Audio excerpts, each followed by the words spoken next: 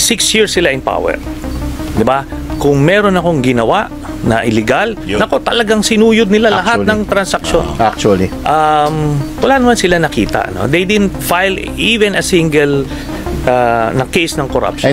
Muli na namang hinamon ni former senator at ngayon ay kilala bilang the Great DDS Punisher o Inquisitor, Antonio Trillanes, si Bongo na mag-file ng kaso laban sa kanya.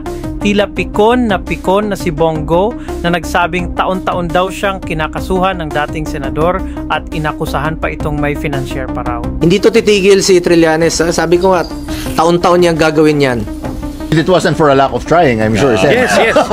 Talagang sure hinalughog nila lahat, walang nakita. Kaya ngayon, yung sinasabi niya ngayon, ang throwback na ibabalik mo lang sa kanya na question is, bakit hindi mo pina-file? Ako, meron ako